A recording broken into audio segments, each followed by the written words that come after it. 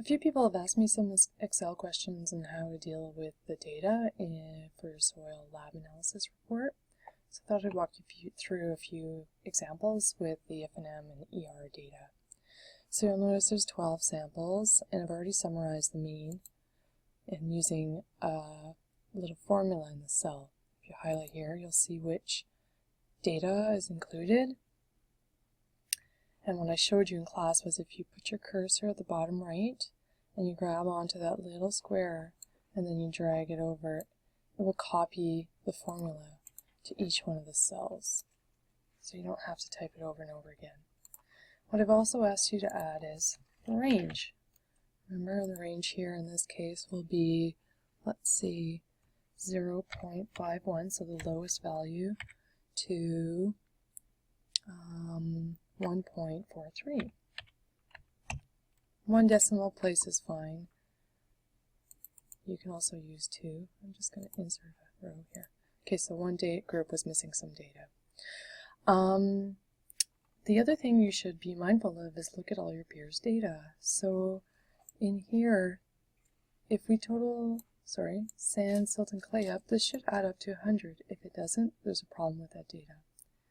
What you can also do, I've noticed there's some problems, is you want to look at the amount of sand and clay and whether it corresponds to the correct class. What I noticed, for instance, I believe this group here, sand, if you had 80% sand and 16%,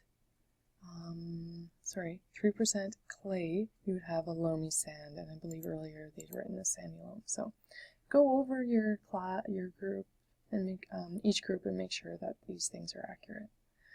The other things you can do in Excel are sort of play around with the formatting. So notice that these are bold. The other thing you can do is you can make text wrap. So this will wrap your text. In other words, if I decide to make these columns a little bit narrower, like this, the text, and I make this a little bit taller, you'll see the text is wrapped. I don't expect you to include these, so in fact you could probably delete them if you want. I like the idea of including the units, so if it's percent, include the units for bulk density, which will be grams per centimeters cubed, and porosity, the units are in percent in this case. Oh, sorry, this isn't porosity. Porosity is here in percent.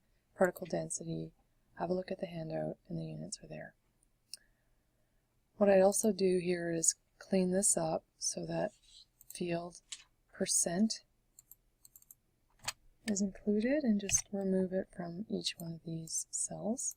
Same thing here, this is a percent, so let's include it there. So then it's understood by the heading that the remainder of the data are all percent. So you can sort of clean this up a little bit, tighten things up, because what you're going to do is you can export this table into Word, so you don't have to reproduce this in Word. Here's a point where you need to wrap. So select this row and select Wrap Text. Now you're going to have to make this a little bit bigger, so you can slide that down, and now you see how paper and field have been wrapped around. As I mentioned in class, you won't be able to do mean for texture class. That's fine. It's a quantitative number. But clean this up, and then you can drag this over and get the correct average. This number is incorrect because it's adding up things like less than 5 and ranges. There we go. So when you're happy with the way that things look, I might make this bold. If you hit Control B, that will make things bold. Make that bold. And you can do things like fix up your formatting. So I might want the background to be white, so you just see all the, you can play around with the borders. Let's see here, let's start with cleaning everything off, no borders, and then maybe you want these to have border like that. Here you have a border as well, and a border. This cell's excessively tall, so let's shrink it down a bit. Okay, So I'm not going to clean it up 100% perfect, but I'm cleaning up a little bit just to demonstrate. If you highlight the area that you like and you hit Control C, which is copy, you can also hit this button up here, and then you can move over to your Word document where you're going to put your report. You can do paste, and there's different paste options. If you keep the source formatting, you'll notice the table might be too big, but let's try that out for a second. There we go. I'm going to zoom out. You'll see that it looks like the table was a little bit big for that, so you might have to shrink some of these a little bit so that it fits on the page. The other option is to go paste and use destination style, so that's the style in Word, and you can paste things like that. So there you go. I want to help you guys out a little bit. I hope that was helpful. It's a little bit over 5 minutes, but there you go.